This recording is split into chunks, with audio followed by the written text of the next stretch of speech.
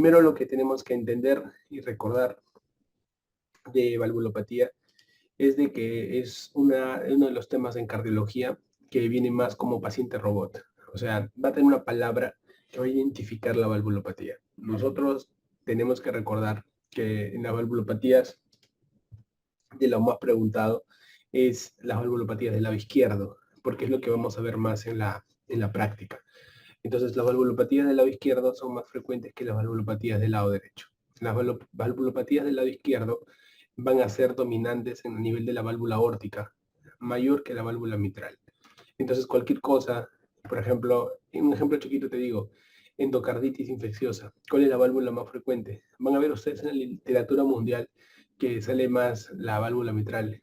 En Perú, los registros van más apuntando a endocarditis en la válvula aórtica. Y eso es interesante porque es una pregunta de su especialidad incluso, que ponían endocarditis como más frecuente a nivel de la válvula aórtica. Van a ver ustedes que en el orden de frecuencia, entre estenosis e insuficiencia, nosotros somos más estenosis que insuficiencia. Para las preguntas también, bastante interesante. Por ejemplo, la etiología que más vamos a ver en la práctica de lejos es la estenosis aórtica. Se ve hartísimo. Y luego van a ver mucho que se trabaja mucho la estenosis mitral. Entonces, esas particularidades sí hay que recordarlas. ¿Por qué? Porque la estenosis aórtica y la estenosis mitral son las que más paciente robot tienen. Y eso es al toque, la tienes que sacar. Por ejemplo, una estenosis aórtica la vas a sacar con el DAS. Disnea, angina y síncope. Cualquier pregunta que venga con síncope, de frente marcas estenosis aórtica. De frente. Es la forma de presentación más frecuente. Paciente con un soplo que viene con síncope, ya, es estenosis aórtica.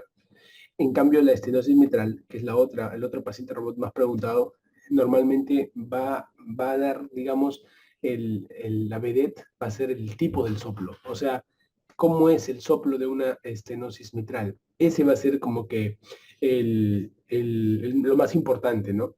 De la estenosis mitral. Es importante recordar que tiene estenosis mitral, el soplo más que la clínica es lo que nos va a llamar la atención. Pero son tan buena onda que también tenemos que tener una palabra mágica para la estenosis mitral.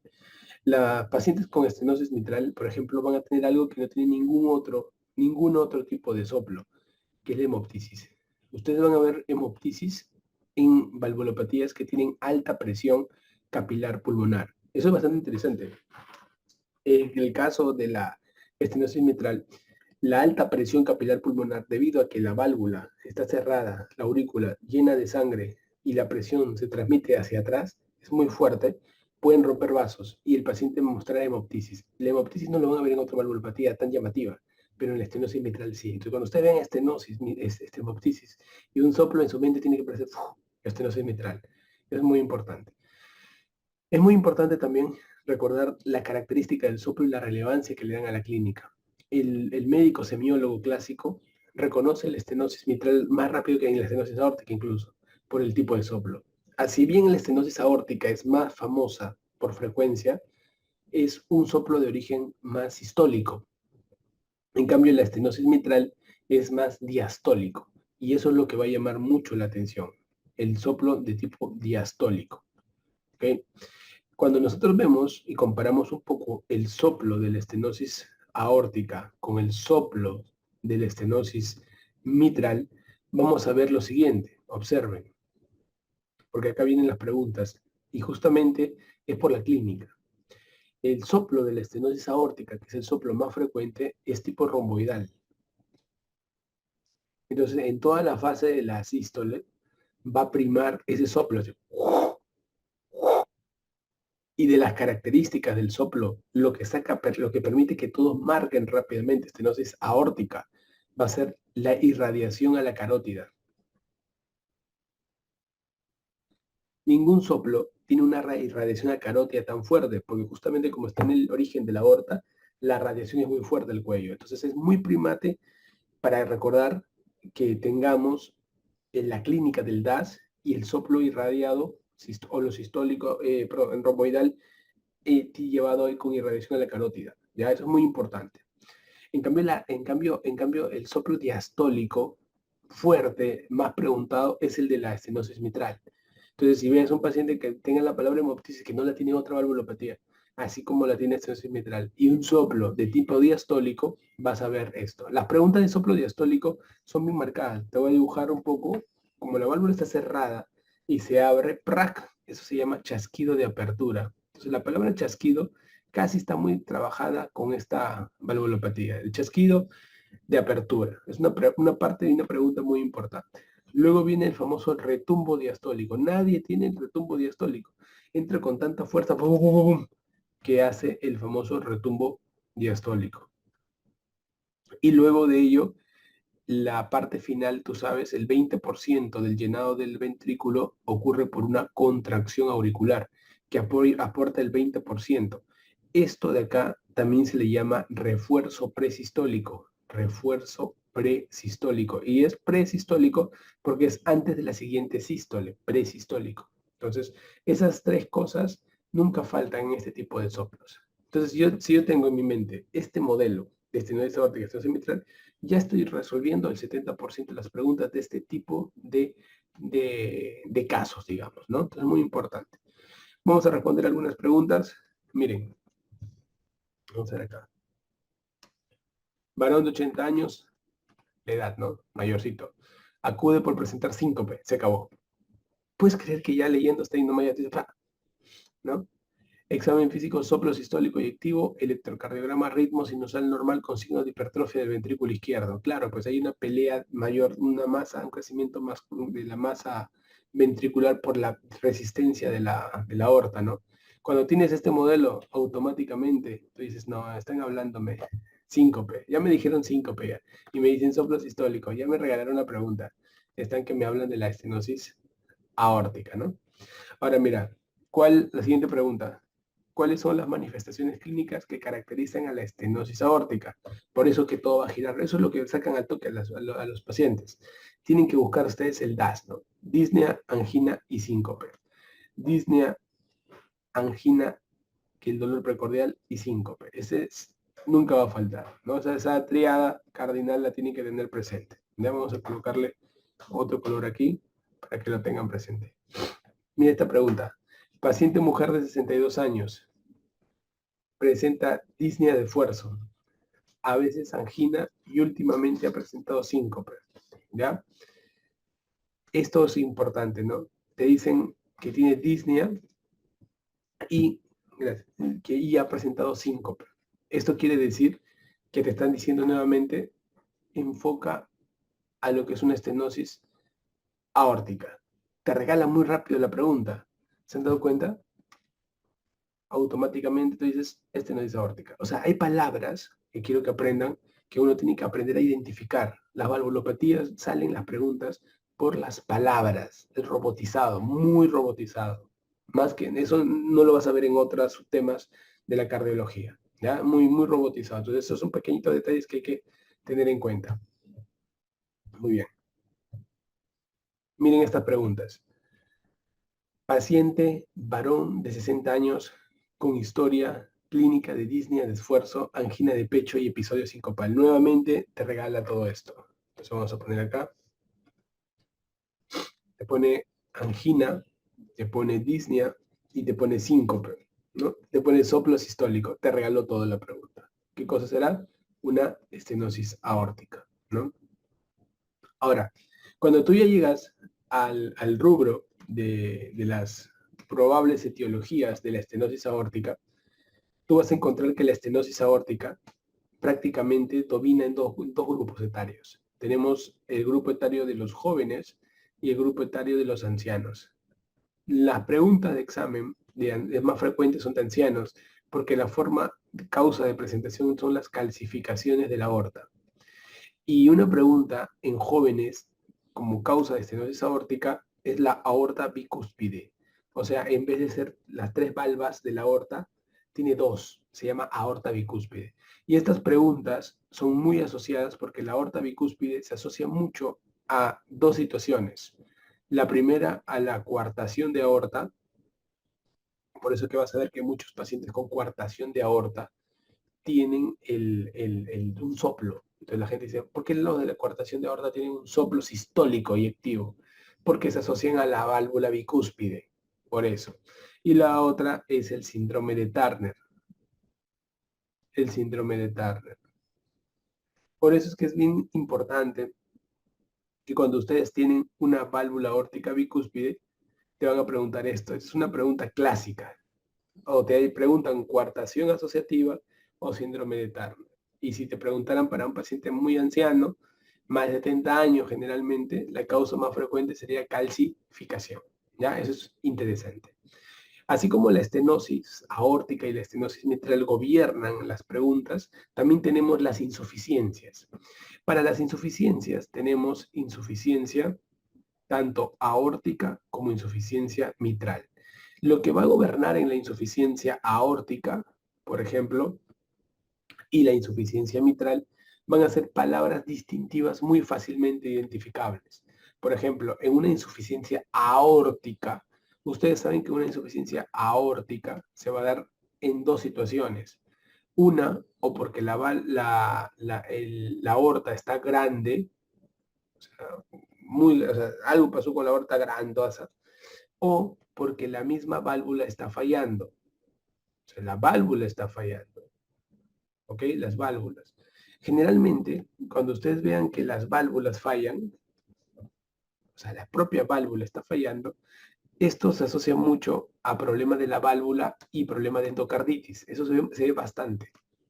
Las endocarditis como que gobiernan más ese proceso en el cual hay una insuficiencia aórtica por el origen de la válvula. Pero cuando nos enfrentamos a las insuficiencias aórticas, no por la válvula, sino porque la aorta está grandaza, estamos hablando de los aneurismas de aorta, ¿no? Ascendente. Eso se ve mucho, por ejemplo, en el síndrome de Marfan. El síndrome de Marfan, ustedes saben que los Marfan fallecen antes de los 40 años, la mayoría por un problema de la aorta. Tienen un aneurisma que se rompe, la mayoría. Entonces, esta es una forma de presentación. ¿Ya? Eso es muy importante. Una característica es el tipo de soplo. El soplo y no la clínica, porque ambas, tanto una insuficiencia aórtica como una insuficiencia mitral, la forma de presentación de estas patologías cuando son severas es la disnea. Entonces, no, ¿cómo lo diferencio? No sabes cómo diferenciar. En cambio, la forma de diferenciar para los exámenes en una insuficiencia aórtica se asocia mucho al soplo de Austin Flint. Es un soplo, ustedes saben que deben tener ustedes en cuenta dos epónimos. En insuficiencia aórtica es el soplo de Austin Flint y en la insuficiencia pulmonar, la otra valva, así como hay aorta pulmonar, la otra de la pulmonar se llama Graham Still. En la insuficiencia aórtica es Austin Flint y en la insuficiencia pulmonar es Graham Still. Las dos válvulas, los dos troncos tienen sus propios epónimos en preguntas de examen. Entonces, eso lo podemos sacar para preguntas, para tenerlo presente. Y en la insuficiencia mitral, lo que llama la atención más rápido es el tipo de irradiación. Nosotros tenemos dos irradiaciones para preguntas de examen. Las irradiaciones que van al cuello es la estenosis aórtica y las irradiaciones que van a la región axilar son la insuficiencia mitral. Entonces, es muy característico. La irradiación axilar, cuando ustedes vean esa pregunta, soplo holosistólico, toda la sístole con irradiación axilar marca insuficiencia mitral. Soplo romboidal sistólico con irradiación al cuello, estenosis aórtica. Entonces yo ya voy a llevarme palabritas claves que me deben aprender a identificar estas situaciones. Acá, por ejemplo, me hacen la pregunta de en qué patología valvular se ausculta el soplo de Austin Flint, ¿no? O sea, es una pregunta para alguien teórico que lo haya visto y dice, oye, esta pregunta estaba fácil. Claro, era súper fácil porque solo habían dos epónimos que te pueden preguntar y te la regalaron como para que te sientas bien, ¿no? Ahora, vamos a ponerle esta cosita. Oh, acá está. Acá hay un caso clínico. Por ejemplo, te dicen, varón de 60 años, acude a consulta por disnea, pequeños esfuerzos. Todas las valvulopatías en etapas severas, todas disnea. Así que es el signo cardinal. Palpitaciones, dolor precordial y edema de miembros inferiores. Pucha, doctor, cualquier cosa puede dar esto, ¿no? Cualquier cosa, hijo. Cualquier cosa te puede dar esto porque estás hablando de una insuficiencia cardíaca, probablemente. En el examen llama la atención esto, pulso periférico saltón. Pulso periférico saltón. No pases desapercibido esto. ¿Por qué? Porque ¿qué valvulopatía te da los pulsos más fuertes? ¿Qué valvulopatía te hace el pulso gigante? El famoso pulso hiperkinético, el martillo de agua. Entonces, doctor, puede haber un pulso de un martillo de agua. Sí, te lo da una valvulopatía que la sangre sale con fuerza del corazón y rápidamente se vuelve al corazón y genera un robo del pulso. Sube y pa, cae, sube y pa. Entonces, cuando tú lo sientes al paciente, pa, como si te botara el dedo todavía. Cuando son severos, tú lo tocas al paciente y como que si te botara así el latido del pulso radial, como si te botara tu dedo. Eso se ve mucho en la insuficiencia aórtica severa. Solamente cuando uno haya visto esto, pulso periférico, automáticamente dice, esta es una insuficiencia aórtica severa. Y son tan buena ondas estos patas que encima sigue leyendo. Dices esto, mira, soplo protodiastólico, generalmente es un soplo protodiastólico, decreciente en borde esternal superior y soplo mesodiastólico, en foco mitral catalogado como soplo de Austin Flynn. Suficiente, y solamente eso confirmaba tu diagnóstico, porque no todos manejan ese concepto de pulso periférico. Todos sí aprendieron el pulso saltón, pero la forma de describirte el pulso periférico más el Austin Flynn te está diciendo, estamos ante una insuficiencia aórtica. O sea, la pregunta era bastante regalada y como te habrás dado cuenta, nuevamente caen en el patrón prototipo de pregunta, ¿no? Eso es importante. Muy bien, marcamos todo esto, ya entramos. ¿Cuál es la causa más frecuente de embolias de origen cardíaco? De lejos, pero de lejos. Ayer justo vi uno. Eres el paciente que hace estenosis de válvula mitral, se cierra esto y dilata la aurícula. Cuando la aurícula se dilata, la aurícula pierde la fuerza contráctil unitaria y genera contracciones de diferentes focos. ¿Cómo se llama cuando cada uno hace lo que le da la gana? Fibrilación auricular. La fibrilación auricular, su origen está en la desembocadura de las venas pulmonares, ¿no? Entonces, todo este camino va a originar la fibrilación. Esta fibrilación hace que cada fibra de músculo auricular baile con su propio pañuelo. Esto genera, al no tener una contracción unitaria, un enlentecimiento o éstasis de la sangre. La zona donde más forma coágulos la aurícula izquierda es la famosa orejuela izquierda. La orejuela forma microtrombos.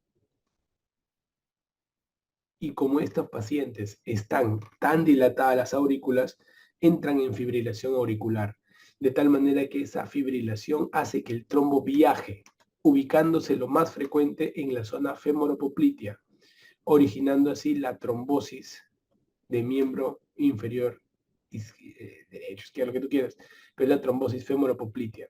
Esta trombosis tiene que ser operada lo cuanto antes, mejor en las primeras 6 horas. Con catéter Fogarty retiramos coágulos, es una trombosis arterial aguda. Entonces la pregunta es muy buena porque apunta a las embolias de origen cardíaco. ¿Y quién es la que más lo produce?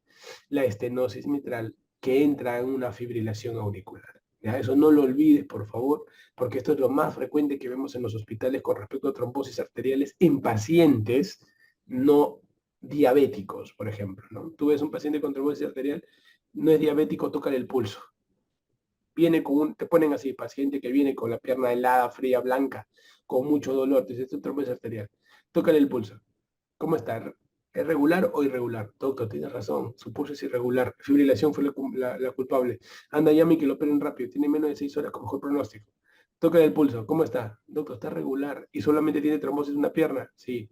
Ok, la probabilidad mayor es que el origen del coágulo no es el corazón, sino en la misma arteria, por un proceso aterosclerótico. Seguro ya tenía una estenosis marcada, ha generado turbulencia y hecho trombosis.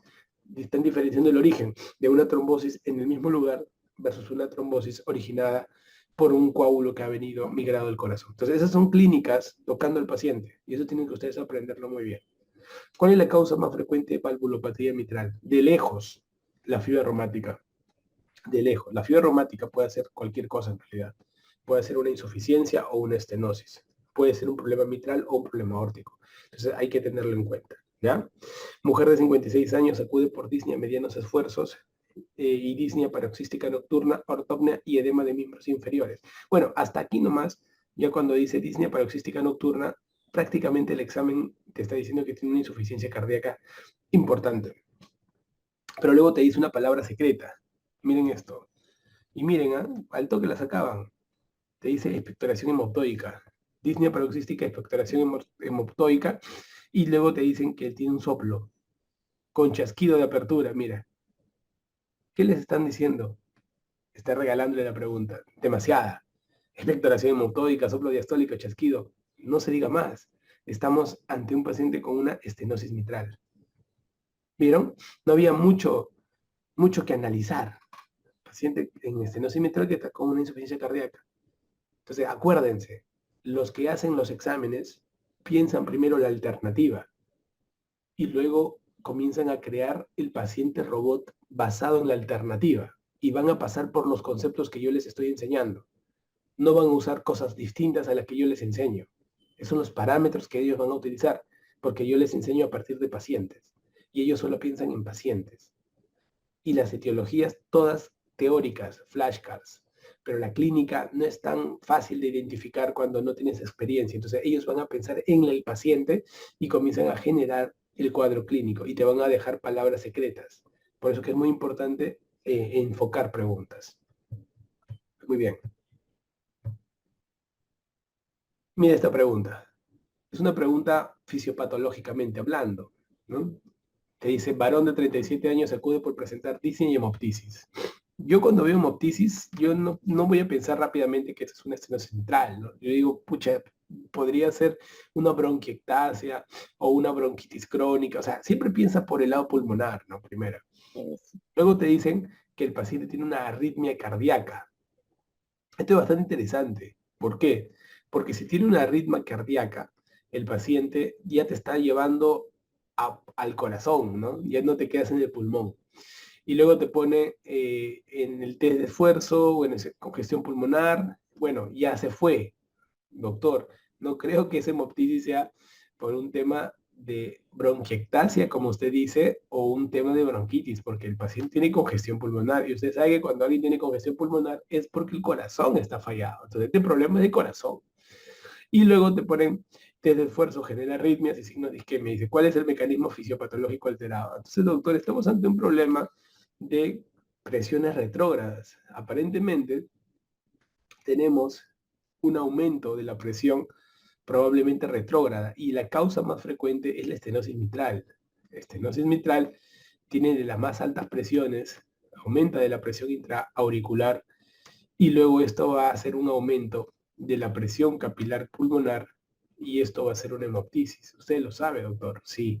Entonces, todo gira en torno a entender nada más esto. ¿Y qué clave es la que mejor se va a asociar? ¿Tiene algo que ver el ventrículo derecho? No tiene nada que ver. Doctor, ¿hay un aumento de la resistencia pulmonar? Sí, aparentemente sí lo hay. Sí hay esto, pero esto es una consecuencia de este paso, porque acá el primer paso es el paso 1 y este es el paso 2. Pucha, tienes razón. Entonces, me están pidiendo el mecanismo fisiológico que se ha alterado. ¿Hay una disminución del gradiente, doctor, de presión atrioventricular? No, hay un aumento porque hay más presión en la aurícula y menos presión en el ventrículo, porque hay una dificultad para el llenado del ventrículo izquierdo, lo que ocasiona una menor presión. Entonces tampoco este iría. Y la otra es disminución del llenado ventricular izquierdo. Sí, hay una disminución del llenado que también es. Entonces, entre la primera clave, disminución del llenado ventricular izquierdo y aumento de la resistencia pulmonar, te pide cuál es el mecanismo fisiopatológico alterado. En este caso, por la clínica de la hemoptisis que ocurriría, debería ser el aumento de la presión capilar pulmonar, ¿no? Es muy interesante. Pero cuando quieres, cuando vi la clave definitiva, que le pusieron como que disminución del llenado, en realidad las dos situaciones podrían haber sido como clave valedera, ¿no? Pero ellos, esa pregunta es una pregunta polémica porque podrían tranquilamente manejar dos claves, tranquilamente. Pero ellos decidieron trabajar con el problema primario, o sea, de corazón, donde tienes disminución del ventrículo izquierdo, pero la clínica telemoptisis, la clínica de la disnea, sobre todo no van a la disminución del llenado ventricular izquierdo, sino a un aumento más bien de la presión capilar pulmonar, ¿no? Esto es bien interesante lo que les estoy mencionando, por eso es que les hago todo el razonamiento, pero para también mostrar la clave de Conareme, ¿no? Fue una clave simplona, en verdad, con poco fundamento, porque tienes dos posibilidades tranquilamente que podrían esforzar, y donde la otra incluso podría ser mejor, ¿no? Pero sí estaba mejor formulada, ¿no? La pregunta de abajo dice, mujer de 70 años. Esa es una pregunta en memoria. Esta es para memoria. Tú ves escalas abajo y esto que dice es memoria. Mujer de 70 años presenta dolor precordial, disnea y palpitaciones. Antecedente, falla cardíaca e hipertensión arterial. Hasta este momento, ¿qué me estoy aprendiendo yo? Nada, que es un paciente que está en una probable insuficiencia cardíaca, nada más. O sea, esto es lo que más importante hasta ahorita. Hay una insuficiencia cardíaca y probablemente de origen de la hipertensión arterial. O sea, este fue el origen. Tú sabes que cuando hablas de insuficiencia cardíaca, el origen es primera causa, insuficiencia coronaria, o sea, los infartos, o problemas de cardiopatía isquémica estable. Segundo, hipertensión arterial y tercero, valvulopatía. Entonces, me está diciendo que el origen fue por hipertensión. En el examen, presión 160, se vuelve con su pastilla ya. Frecuencia cardíaca 102, respiratoria 20, y EKG te dice fibrilación auricular. O sea, es una insuficiencia cardíaca con fibrilación auricular. Entonces, yo necesito tratar a la fibrilación auricular. Probablemente voy a utilizar el CHAS-VASc para poder anticoagular. Y luego dice, paciente tiene indicación de anticoagulación. Correcto. Para valorar el riesgo de sangrado es distinto. Así como existe el CHAS-VASc para dar anticoagulación, tenemos que valorar el riesgo de sangrado y para eso necesitamos el HAS-BLEED. Esta es una pregunta de memoria, ¿no? O sea, el HAS-BLEED es el que te mide la posibilidad de que el paciente sobreanticoagule y pueda generar este proceso, ¿no? Entonces, mi recomendación es memorizarse el HAS-BLEED. No, mi memoración, más van a preguntar CHAS-VASc, que nunca lo habían preguntado y ahora ya lo preguntan, ¿no? Como les he enseñado. Pero esto era para tenerlo en cuenta. Nunca habían preguntado HAS-BLEED, nunca en la historia. Entonces, si tocaron el CHAS-VASc, ahora ya tocaron el HAS-BLEED. Entonces, como que tenía lógica, ¿no? Tenía lógica. Me acuerdo cuando yo enseñaba esto el año 2022, ponte. Yo siempre, todos los años siempre le he puesto HAS-BLEED en la teoría a los chicos y les decía, algún día vendrá HAS-BLEED, no lo sé. Y justo vino, ponte el 2023, ¿no? Y luego cuando vino el 2023, en la promoción del 2024, yo le dije, oye, si ha venido HAS-BLEED y nunca ha venido puntaje del CHAS-VASc, no vaya a ser que algún día venga y viene el CHAS-VASc. Entonces, eso es muy importante para que ustedes lo puedan tener en cuenta. El TIMI se maneja para sistemas de reperfusión, ¿ya? Lo usan mucho en lo que es el infarto, en ST no elevado y también en la angina inestable, el TIMI. ¿Ya? Pero eso es más una variable de reperfusión coronaria, ¿ya? Ustedes van a manejar más el HAS-BLEED y el CHAS-VASc, que es más que todo por la FA. No tiene nada que ver con la revascularización en sí. ¿Cuál es el tipo de soplo que caracteriza la insuficiencia mitral? Ya les dije, si hay dos soplos que van a preguntarles a ustedes, cada soplo tiene su característica. Por ejemplo, en estenosis aórtica te van a decir, ¿cuál es la característica del soplo de estenosis aórtica? La irradiación al cuello. ¿Cuál es el soplo así, la de la estenosis mitral, así que lo caracteriza todo? Acá hay más chasquido de apertura, el retumbo diastólico, el refuerzo presistólico. Te pueden preguntar en qué momento se pierde el refuerzo presistólico cuando el paciente entra en fibrilación auricular. En la insuficiencia aórtica, ¿qué te preguntarían del soplo? Yuca, nunca preguntan soplo, te dirían nada más el soplo de Austin Flynn. En la insuficiencia mitral, ¿qué te dirían? A la irradiación, así como el estenosis aórtica va al cuello, este va a irradiación axilar. Estas son las palabras clave que uno debe llevar al examen, de lejos, o sea, como para que lo tengan presente, ¿no? Y en este caso se ve, ¿no? En la insuficiencia mitral, lo que más vemos en este caso es esto, un soplo irradiado a la región axilar, o lo sistólico irradiado a la región axilar, de lejos. Entonces, la pregunta también era una pregunta fácil, no era difícil, pero sabiendo los datos que les digo a ustedes, esos patrones que nos podrían preguntar. Mira la siguiente pregunta. Te hablan acerca de un varón de 58 años, hipertenso, acude por presentar disnea de esfuerzo, ortopnea y disnea paroxística ocasional. Basta que me pongan esto, me están diciendo que el paciente tiene ya una insuficiencia cardíaca probablemente. Dice, signo de Quincke, la valvulopatía que más van a ver ustedes que tiene epónimos es la insuficiencia aórtica. Ninguna valvulopatía tiene tantos epónimos, nombres de los signos clínicos como la insuficiencia aórtica. ¿Saben por qué?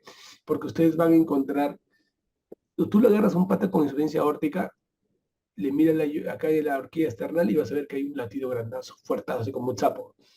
Luego le abres la boca, le ves el fondo de la orofaringe y vas a ver que la úvula late. Lo agarra su dedo y vas a ver que en el pulpejo, en la parte de las uñas laten.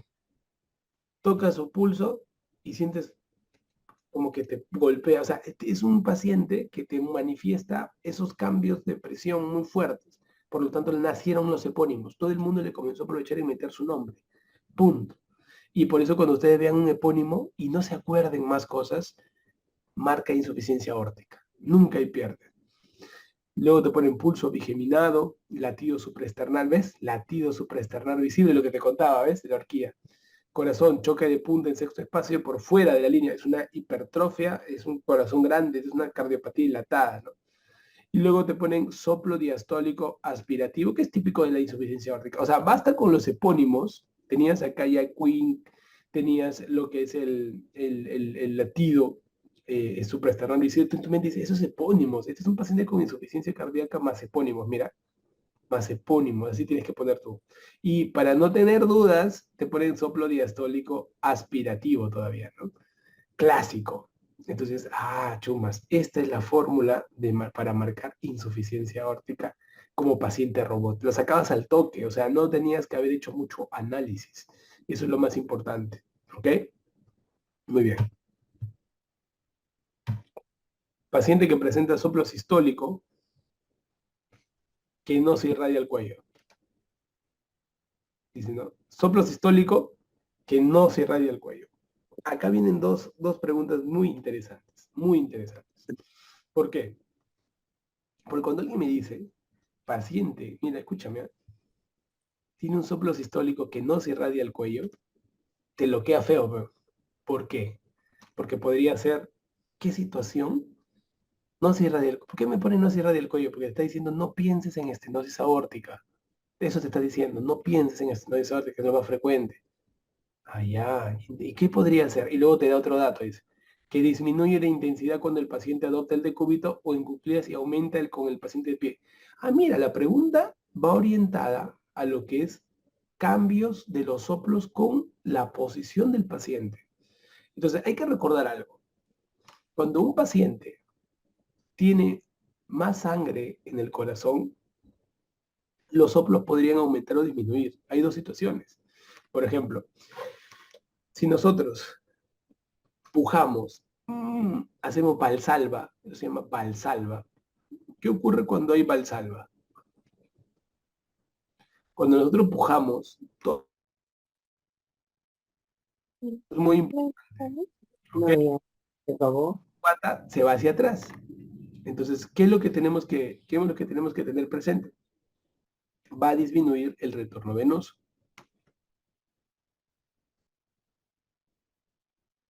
Cuando tenemos disminución del retorno venoso, esto puede llevar a que un grupo, o no decir casi todos los soplos, disminuyan, porque hay menos sangre. Pero el Valsalva también disminuye el retorno venoso, pero puede hacer que un grupo de soplos aumente. Entonces, la pregunta es aquí, ¿qué paciente va a tener este comportamiento? Por ejemplo, casi todos disminuyen, excepto dos, que más bien tienden a aumentar: la miocardiopatía hipertrófica obstructiva y el prolapso de válvula mitral. Eso es muy importante. ¿Qué soplos con Valsalva aumentan? Miocardiopatía hipertrófica obstructiva y prolapso de válvula mitral. Así como el Valsalva hace esto, también vamos a tener el ponerse de cuclillas. Cuando nos ponemos de cuclillas, tenemos un aumento del retorno venoso. ¿Por qué? Porque al ponernos de cuclillas, los músculos de la pierna presionan el compartimento venoso que nosotros tenemos en las piernas y la sangre sube con fuerza. Y esto hace que casi todos los soplos aumenten. O sea, esto hace que aumenten los soplos de casi todos. Igualmente, cuando tenemos en cuclillas, aumentamos el retorno venoso y todos los soplos tienden a aumentar. Todos, normalmente. Pero hay dos que no, excepto. Hay dos soplos que cuando hay más bien más sangre, tienden a disminuir. O sea, disminuyen los soplos. Que serían estos dos. Entonces, cuando yo tengo cuclillas y disminuye soplo, voy a pensar en miocardiopatía hipertrófica obstructiva o prolapso de válvula mitral. Y cuando la pregunta viene al revés, me dicen, hago valsalva, pujo, eso quiere decir que todos los soplos deben disminuir, pero hay dos que más bien hacen lo contrario, también marcaré esto. Entonces, hay dos maneras de responder en las preguntas de examen. ¿Dónde está? Acá. Miocardiopatía hipertrófica obstructiva o prolapso de válvula mitral. Me van a preguntar qué ocurre con ellos en valsalva y qué ocurre con ellos en cuclillas. Entonces, esa es pregunta clásica que debemos recordar. Y lo pongo ¿por qué? Porque cuando vino esta pregunta hace muchos años, yo siempre lo repasaba y lo enseñaba de esa manera. Y cuando volví a ver la misma pregunta, años después, prácticamente 14 años después, me emocioné porque la pregunta vino en formato de caso clínico. En ese año, la miocardiopatía todo el mundo apuntaba, pero nunca había venido prolapso de válvula mitral. Y cuando vi esta pregunta, miren, ese es el paciente robot que va a venir siempre. Le ponen mujer de 17 años, acude por dolor torácico atípico. Y al examen hay un chasquido. Uno cuando escucha chasquido dice, estenosis mitral, ¿no? Chasquido mesosistólico y ahí lo cambia todo. Seguido de un soplo telesistólico en la punta. El chasquido mesosistólico, tú dices, ¿no? Mira, distinto, ¿no, doctor? Y seguido de un soplo telesistólico que acentúa, mira, ahí viene nuevamente, ahí la sacas al toque. Dice, que acentúa con la maniobra de Valsalva y disminuye al ponerse de cuclillas. O sea, hace esto, ¿no? Entonces, al toque lo sacabas, bueno. Y las claves que te ponen, ni siquiera te ponen miocardiopatía hipertrófico como para que te confundas, ¿no? Si no aparecía nuestra querida prolapso de válvula mitral, ¿no? Entonces, es interesante poder tener en estos momentos, como están viendo, la forma de presentación de los dos, solamente las dos formas de comportamiento atípico de los soplos, como para que lo puedas tener en pregunta de examen. ¿Ya? Eso es muy, muy importante.